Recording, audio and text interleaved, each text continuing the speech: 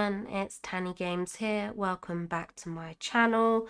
I'm here with a top tips video for new players, although maybe these could also be useful for people who've been playing a while and just don't know that you can do these things.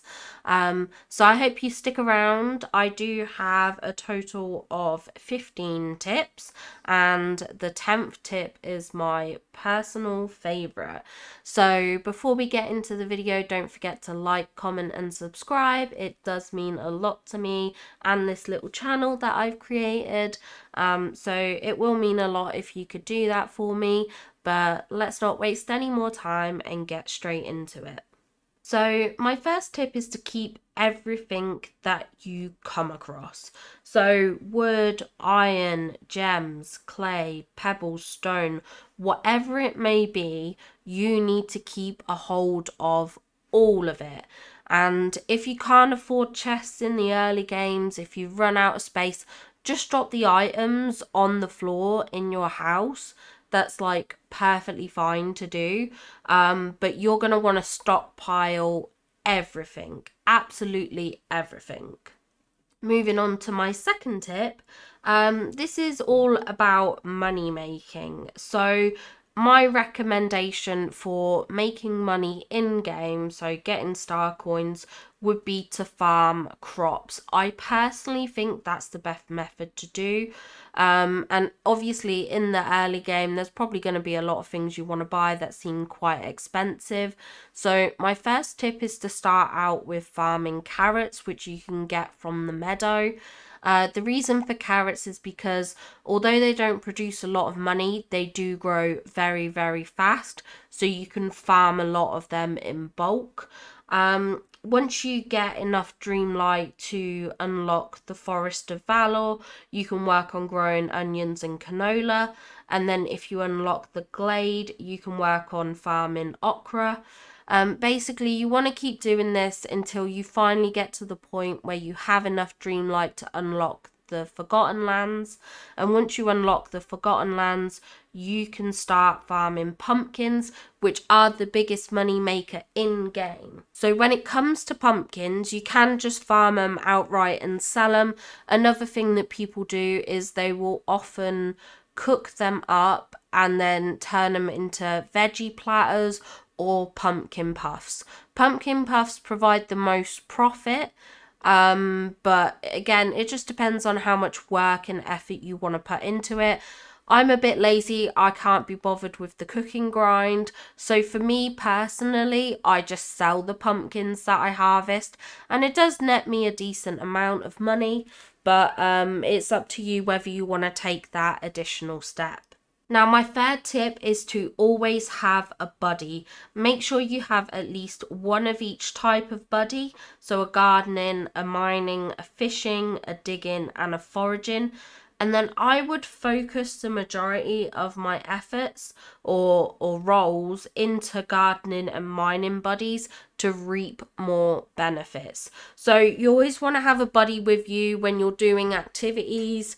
Not only does buddying up with characters help level them up in terms of friendship, but it does give you additional bonuses when you harvest certain materials. So when you harvest vegetables, when you harvest your crops, if you're with a gardening buddy, they will give you additional crops. Likewise, if you're foraging, you get additional forageables, and when you're digging, you'll get additional items from the ground like clay and pebbles and such. So definitely keep a buddy with you at all times, or just before you go to do your major tasks like your big mining run or your big farming run, make sure to buddy up with the relevant character. Now, my fourth tip is to do daily tasks. So basically, you want a daily routine of things you do. The first thing you could do is feed your critters their favourite food items. Not only by feeding them their favourite food items do you potentially get them as unlockable critters that you can run around with in the valley, but When you do feed them their favorite food, you can also get motifs from them. You can also get memory drops from feeding critters, and things like that. So it's definitely worthwhile doing. There's also a Dreamlight duty for feeding your critters. So it's definitely worthwhile doing. And I would suggest as well, when you finally have become favourite buddies with all the foxes up in the Frosted Heights, I would start feeding them their liked foods rather than their favourite foods, only because they drop iron ingots then for you, and iron ingots are a really helpful resource in this game, so definitely something to consider. Another part of the daily task is to speak to villagers and give them their favourite gifts. This again just helps with your Dreamlight duties, but also again can help increase friendships as well. When you're trying to find the characters and trying to level them up, it's also worthwhile working a shift in Remy's store, and you can feed them their requested food items because that helps gain the friendship points too. Once you have Kristoff and his stall unlocked, I would say go to his stall each day and buy everything, apart from the coal, which is unlimited. But if you can afford to buy out his stall, it's very handy because it's a great way to get those additional resources. And then with Eric's house, once you have him unlocked, he does also have a space for blueprints for some additional craftable items. So it's worth going to his house and buying out those blueprints. He does only have a limited amount, but it's worth checking over and buying them till you run out. And then lastly, as part of your daily tasks, I would recommend that you look for your daily blue and green chest. So you do get a blue chest with moonstones, you get a green chest which will have either a coin or a furniture pouch, or I think it can also have a clothing pouch too. And then the next part of that is to remove the night fawns and then complete the little mini game, and you can gain a yellow chest. And the yellow chest can again sort of give coins, or it can give furniture pouches and things like that. So I would try and do those on the daily. Now my fifth tip is to do with Scrooge's store. So when you have the money, I would recommend buying out all the clothes from his shop, because once you buy a clothing item, it is removed from the rotation of the store. So that's kind of handy if there's certain clothing items that you want. It's better to buy the clothing items that you don't want in the meantime, just so that you can get a higher chance of seeing the items that you do want. Now there is a bit of a downside to this. If you don't want your windows looking bare, if you don't want your Scrooge shop to look empty on the left hand side, you will have to leave some clothes in rotation, because as I said, because the clothes get removed from the rotation once you've bought them, it means once you've bought all the Scrooge item stores, his store looks empty. All you have left is the furniture spot, so that's just something to bear in mind. You can also use Scrooge's catalogue to buy more items. So once you've purchased an item through Scrooge, you can go and talk to him and you can buy up to 25 additional items each day, and they will be from items that you already own. I would also recommend when you go into Scrooge's store that you check the furniture side first. My reason for this is that furniture is a lot harder in a sense to acquire in this game, because they don't get removed from the rotation. So if you see a furniture item you really want, buy that and prioritize that over any clothing or anything like that, because clothing will be easier to come around in rotations. So I would focus on buying something like that, like a furniture item, over a clothing item. My other recommendation is to grind for money if you have to. to get those items, because some furniture items can be extremely rare. So I think it's definitely worthwhile doing the grind just to make sure that you get those items that you love. Now, my sixth tip for you is that if you find some characters are a bit elusive and forever out of reach, Ursula and Ariel, I'm looking at you guys. If you can't get them, if they're swam out in the ocean or in a difficult part of a river that you can't communicate with them, pull out your camera, go into selfie mode, and the characters will actually swim towards you, provided they can tell that they're in your selfie camera viewpoint. And that's a good way to get these characters that are kind of out of reach closer to you, so you can interact with them and talk to them. Now, my seventh tip for you is if you have been digging either for resources or setting up farming plots, you can actually cover the holes instantly using Wells or Goofy's stall.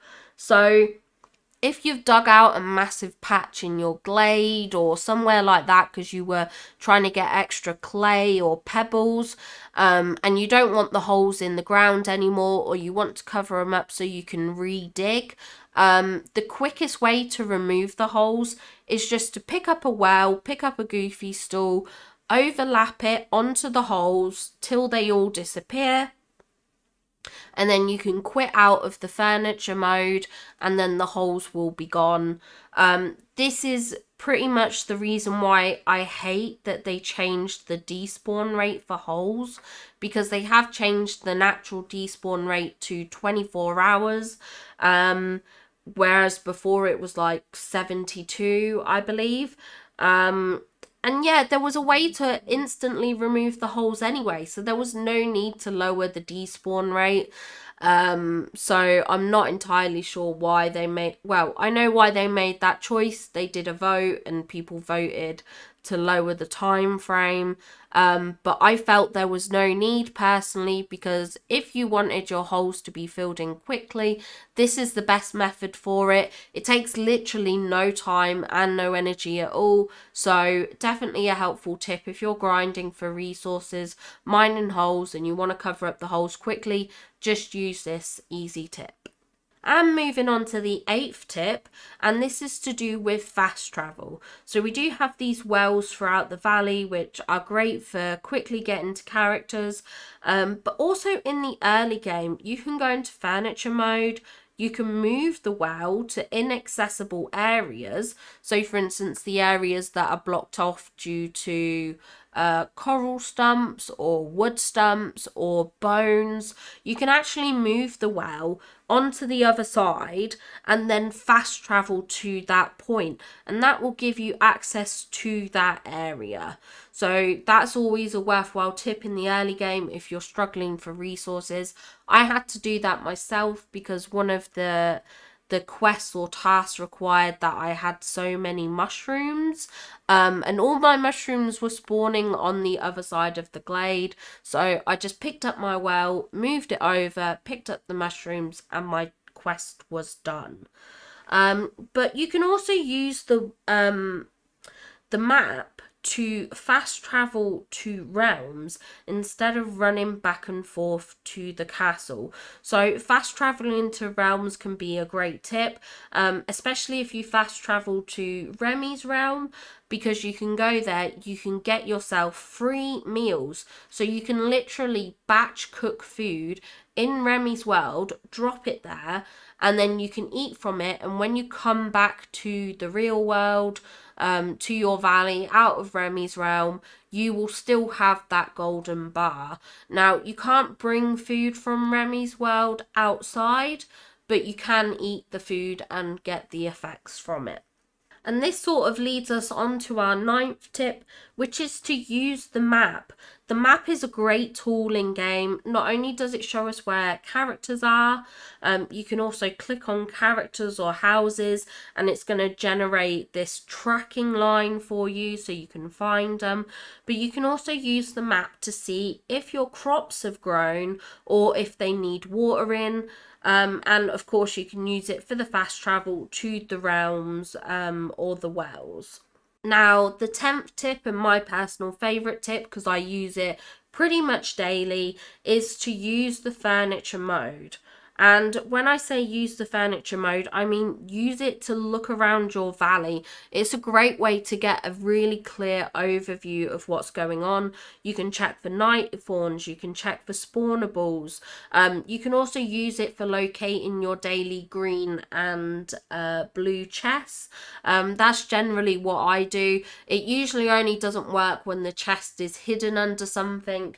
In that case, I'll just take a walk around my valley if I can't find it. But I find it's the quickest way to work out where the night forms are in my valley and also where my chests are. So definitely make use of that furniture mode when you're trying to find things. It can be a great tip to use. Now, my 11th tip is to start a tree farm, specifically in the Forgotten Lands, as this is the only place where you can get dark wood. Which is one of the rarer wood resources. To get a tree farm, all you need to do is remove all the trees in that biome, then place down 6 trees. It doesn't matter what tree. A lot of people will use the plaza trees because they're small, they're not very big, they don't get in the way, and it makes it quite clear for you to see when the wood has spawned. And then you can also place down some pathing underneath just to make the wood a bit more clearer for you. But a tree farm is a great way of easily gaining your resources. You can do it in any of the biomes, but the Forgotten Lands, like I said, is the only place where darkwood spawns, so that's why it's a popular place for putting in a tree farm. But yeah, you can just clear out all the trees in your biome and then the wood will fall around the 6 trees that you place. Like I said, any trees, doesn't matter, just so long as there's 4 to 6 of them, and then you can get that wood that you desperately need and you don't have to go running around the biome trying to find it. And now we can move on to my 12th tip, which is to get organising. So in the early game, chests can be very, very costly. So you might have a house that looks a bit of a mess. You might have a lot of items on the ground and things like that. But once you can afford to make chests, then I do recommend doing it. There's a lot of ways you can set up storage rooms. I have a room for my gems, I have a room for my flowers, and I have a room for my general crafting supplies. And then I have a kitchen set up as well for all my cooking supplies. So it is worthwhile setting up some sort of organisational storage. I won't necessarily tell you how to set it up, because what works for you might not work for me, and what works for me might not work for you. I've seen people doing things by colours. I've seen people organising things alphabetically. Whatever method appeals to you and makes sense to you, do that. But I recommend having some form of storage system, whether it's one storage room or multiple storage rooms. It certainly makes it easier for when you're dropping items off and trying to empty your inventory, which will fill up fast. Now, my 13th tip is to grind Dreamlight like nobody's business. There is an unlimited amount of general Dreamlight duties, but when you look at the categories underneath the Dreamlight duties, there are categories for foraging, gardening, fishing, cooking, collection, friendship, village, and mining, which these will cover long-term tasks, but they will often have bigger Dreamlight rewards, and Dreamlight is crucial in this game. You don't only need Dreamlight to unlock biomes, but you also need Dreamlight Dreamlight to unlock realms. You need Dreamlight to make chests. So there's a lot of uses for the Dreamlight. So maybe spend one day just working on Dreamlight duties, just working on the general tasks. And then that can really help you out massively. But you don't want to leave that on the back burner. Like I said, there is an unlimited amount of daily tasks that you can do, but there's also bigger goals you can work towards. So you could spend a day just fishing in one of the biomes to help knock out one of the harder, more long-term tasks where you have to fish a total amount of fish in a certain biome, for instance. Now, my 14th tip is to always do the star path. Star paths are a great way to get additional items in the game, and often they have a lot of very cool items too. And the star path is virtually free. When you claim all the star path rewards, generally speaking, the star path will have cost you about 400 moonstones in total. Which isn't that much, and generally speaking, I would say it takes about a week to do a star path based on how some of the tasks require multiple days of interaction. So long as you're claiming your daily moonstone chest, which gives you 50 moonstones anyway, the star path will basically be free by the time you've ran through it all, got your daily chests, and got the rewards from the star path. So definitely always do the star path. I recommend making sure you always have the moonstones in advance for the star path coming. When I look at the premium shop and I consider buying items, I always make sure I don't go under the threshold for what the star path is going to cost. That way I can make sure I can always start the star path when it comes in. We know we get a new star path with every update, so they are only every 2 months, so there's plenty of time to save up moonstones for it. So definitely, whenever a star path comes around, do the star path, do it in its entirety. It is well worth it, let me tell you now. And my final tip for the video is to do your dream snaps. Do dream snaps each week. Dream snaps will run on a 3-week rotation. So when you create your first dream snap, it will take like a few weeks before you get the rewards from it. But once you get into that pattern each week, you basically get 3 moonstones every week, and the minimum amount that you will get is 350. So you get 300 in terms of rewards, and you get 50 from voting, but that is just the minimum. If you can win the dream snaps, you can earn up to 12,000 moonstones. If you place in the top 5%, you get 4,000. If you place in the top 10%, you get 2,500. So you definitely get a hefty amount each week, and that amount of moonstones could cover the star path for you. It could pay for some items out the premium shop. Dream snaps is 100% worth doing. I generally try and do my dream snaps every Wednesday when possible. I'll log into the game, I'll check the mailbox, I'll claim my rewards, and then I'll start working immediately on my dream snaps. I think it's definitely something worth doing.